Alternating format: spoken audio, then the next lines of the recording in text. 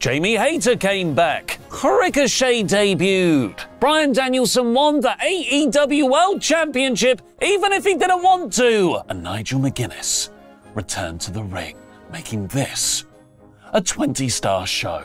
I'm Ollie Davis, I was there, and this is my heavily biased review of AEW All In 2024 in about 10 minutes. Support WrestleTalk! The first match of the pre-show was the let's get everyone on the card but not do a Battle Royal 16-man tag, where we learned probably not even 16 Leo Rushes could move one Satnam Singh, the side with the most British people on one. Willow Nightingale and Tomohiro Ishii then beat Chris Statlander and Stokely Hathaway in a fun intergender tag, meaning Willow gets to choose hers and Statlander's all-out stipulation. The biggest spots, however, were between Ishii and Stokely, with Stokely hitting a spinebuster after Chris had worked Ishii over for Ishii to stand right up like it was nothing. Martha Hart then came out and we booed her because she said she's from Canada, and then AEW announced they'll keep the UK August bank holiday tradition going, just with Forbidden Door 2025 in, as yet to be determined, London location. I think that's a very smart idea, likely letting AEW transition to a smaller venue without losing too much face, where, in theory, you're able to attract more fans because it's of multiple promotions. Fingers crossed for Kenny Omega versus Okada 5. And the final match of the pre-show saw Dustin Rhodes and all his various tag team partners beat the Undisputed Kingdom and Cage of Agony, with Kevin Von Erich leading the Claw Charge in the post-match angle, but there was one more angle to come. Saraya and Harley Cameron came down with an entourage of British indie wrestlers, where Saraya complained she wasn't booked for anything on the show. She's the best women's wrestler in this country, which all built to Jamie Hayter returning on the pre-show, a gazillion hours away from the Britt Baker match. It's great that Hayter returned as she's been gone for so long, but the booking of her return felt a bit off, with the pre-show placement making her not feel as special and furthering speculation that Baker has fallen out backstage with her too. But that's the only backstage drama we're talking about in this year's All In. Everything else is fine. The actual main card of All In opened on the four-way trios match between champions the Patriarchy against the Bang Bang Gang, House of Black and the Blackpool Combat Club, or the Blackpool Compact Club, or the Blackpool Lucha Bros are leaving for WWE Club. This was advertised as a London ladder match. I want my money back, because I know London ladders only have one side of rungs. I only saw American two-sided ladders coming in here, taking our ladders' jobs. It also appears London was all out of medium-sized ladders, as the only two heights they used in this match were normal or big. With the entrances taking place on the pre-show, this match started as soon as the main card opened, where Christian kindly ran to the back to not overshadow his two sons wrestling. What a dad. While Brody King was the most over wrestler as usual, the Patriarchy drama was the match's main theme, with Killswitch saving Shayna Wayner twice, once where Juice Robinson almost put her through a table outside. But despite all of Killswitch's good work, Christian stopped him from climbing the ladder to unhook the belts. He wanted that moment for himself. Killswitch tried to help him up, Rhino at WrestleMania style, but Pat got there first to get a feel-good British person pop for the opener. So an hour and a bit into this overall event, pre-show included, we had already seen 42 wrestlers compete. The whole card had 72 actual in-ring wrestlers, which is 6 more than this year's Royal Rumble, and that had 2 30-person matches on it. I was ready by this point for some straight singles action. So Toni Storm defending her women's title against Mariah May felt gloriously paired back. 2 wrestlers over a championship who hate each other. Both worked terrifically together, with May not just taking out Luther on the outside, but also slapping her own mum in the front row. Toni hit a Storm Zero on the steel steps, busting open May, getting bloody revenge for the initial heel turn angle. Luther's single white-gloved hand stopped May from grabbing the title belt to cheat later on, brilliantly giving her the middle finger, but Toni couldn't bring herself to literally go heel on May and hit her with the shoe. Mariah hit 2 running knees to win. I used Jericho's live Fozzy performance entrance to get another pint, so I can't comment on that. He was defending the FTW Championship against Hook, where if Hook lost, he wouldn't get to feud with Jericho again. You make me want Hook to lose here, Toni. This was effectively a 3-on-1 handicap match, with the learning tree constantly interfering. Even though Hook's mate Shibata was in a match about half an hour ago, Jericho got loads of weapons, including a cricket bat and balls. The most over wrestler of the week, Big Bill, went through a barbed wire table, and Taz got up from commentary to lock the Taz mission on Brian Keith, while Hook tapped out Jericho in the Red Rum. Pretty good night for AEW commentators. Hook has won back the FTW Championship. I would now just retire this belt so they can book him like he was back in January, rather than always falling back on the Taz title stuff as a crutch. Yes, the Acclaimed might have gotten their own "Ooh, Scissor Me Daddy" karaoke entrance and joked about FTR looking like the EDL, but the Young Bucks came out dressed as Sgt. Pepper era Beatles with these.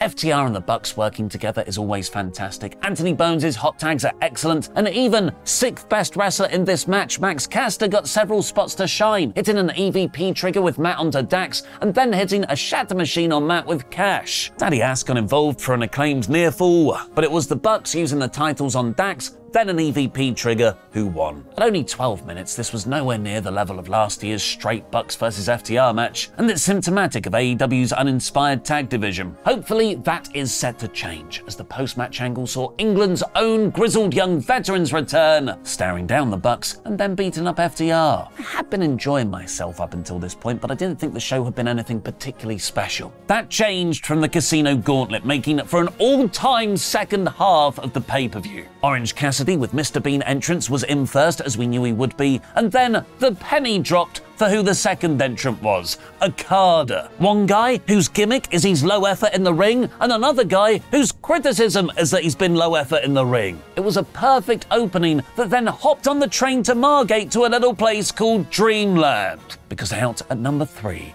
was one of my favourite wrestlers of all time, whose series of matches with Bryan Danielson first introduced me to Ring of Honor, who had retired in 2011 and hadn't wrestled since Desmond Wolfe.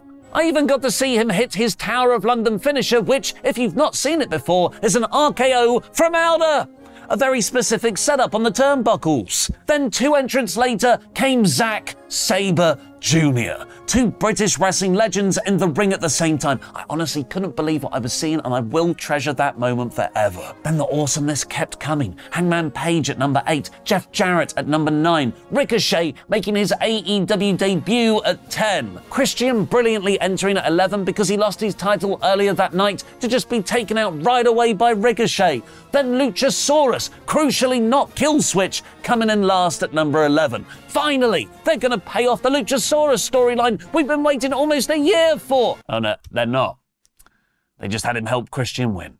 While Christian holding a Money in the Bank style title shot is very fun for his character, this was one of the least inspiring winners for me. He fought for the title on the pay-per-view relatively recently. He's already done the Killswitch earned cash-in gimmick last year, and most frustratingly of all, they still haven't pulled the trigger on Luchasaurus standing up for himself. I'm ready for that story to be done now. MJF vs Will Ospreay felt like the main event of the show once their entrances were over. A title, family honor, a blood feud, US and UK international relations, it was all on the line. But the real match turned out to be Will Ospreay versus AEW staff. After a fantastic sequence of apron-based offense, including Max falling back to dodge an Oz cutter and hitting a Panama Sunrise on the ring apron, Will managed to hit the Oz cutter and went for a hidden blade, but Max ducked and Will killed a camera guy instead, who had a pretty jazzy taste in underwear and socks. Was apparently British wrestler Chuck Mambo. Then Will accidentally took the referee out as well, letting MJF hit a low blow and then get out his diamond ring. But he was stopped by a masked man who turned out to be Daniel Garcia, making Red Death look awesome in his return and immediately setting up a feud with Max. Ospreay had tried multiple hidden blades, Os cutters, Stormbreakers, but there was only ever one move that could beat Max. MJF is amongst the best, so Will needed a kill shot worthy of Danielson, of Omega. It meant none of Ospreay's near falls were truly believable until he had gone for the Tiger Driver, but that bolstered the drama, it didn't undermine it, making the moment he actually hit it an awesome payoff. Not Adam Pearce, Christopher Daniels then handed Ospreay the International Championship. Mercedes Moné and Britt Baker weren't able to follow the Gauntlet and International double bill, and the crowd energy waned a bit almost 4 hours into the wrestling. Not even Moné's royal entrance with little cute corgis could get the crowd that loud. The loudest we got was Britt doing the Eddie Guerrero fake weapon attack spot, leading to Camille getting ejected from ringside. But any references are Moné's thing. And the finish came shortly after, with Mercedes escaping the lockjaw to hit her gory-looking special to win. She needs a better finish. Moné winning very clean, with Camille being ejected, really felt like a line being drawn underneath Britt. Jack Perry and Darby Allin, however, worked out the best way to reignite the 50,000-strong AEW crowd. Make CM Punk references. Perry poured real glass out over the ring, leading to deafening Crimea River chants on the anniversary of that controversial spot. He taped up Darby's wrists, put him in a body bag, and hit a running knee on him in the coffin to win very strongly. But this was more about the post-match angle, when the Bucks came down to set the coffin on fire, but Sting returned to make the save. I've never been part of the kind of thing that happened next. Living in England, it was always the stuff I would watch from an ocean away, ECW One Night Stand. The first AEW All In, the Yes chants on Bourbon Street following WrestleMania 30. I always thought stadium wrestling wasn't for me. I like smaller shows where the atmosphere's more contained. But maybe I'd never seen the right kind of match, because Bryan Danielson versus Swerve Strickland, title versus career, was the highest form of stadium performance I've ever seen. And I've seen Katy Perry.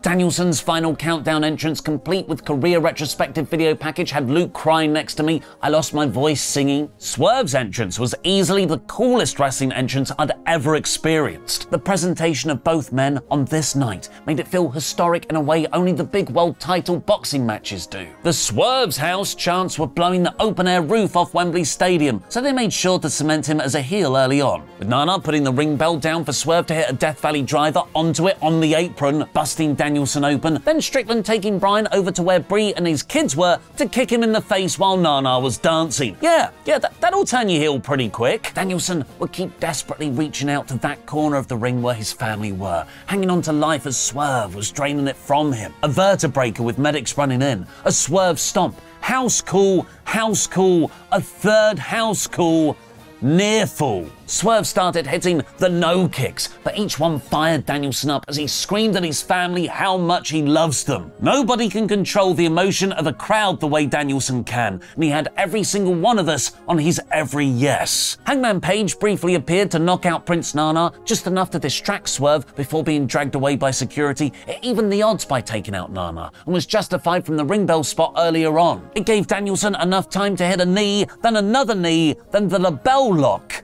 to tap out Swerve to win. You will be AEW World Champion, Bryan. You will be, and you will goddamn enjoy it. The Blackpool Combat Club with John Paxley came down to celebrate, all holding their own belts, and helped Bryan's family into the ring, where his son seemed more interested in playing in the confetti than hugging his dad, who just put on one of the greatest matches I'd ever seen. It's been a mad month for us here. It started with a bit of confetti getting in my beer, then doing shows with MJF, then Meltzer and Alvarez coming into the studio. 3 days of wrestling shows, which was like a mini lad's holiday for me, Luke, Tempest, Pete and Dan, meeting so many wonderful people over the weekend. And then the high emotion of Danielson's win. Thank you all, everyone who came to see us, and AEW. One of the best few days of my life. That confetti from MJF disintegrated into my beer, but I was able to save a piece of confetti from Danielson's title win.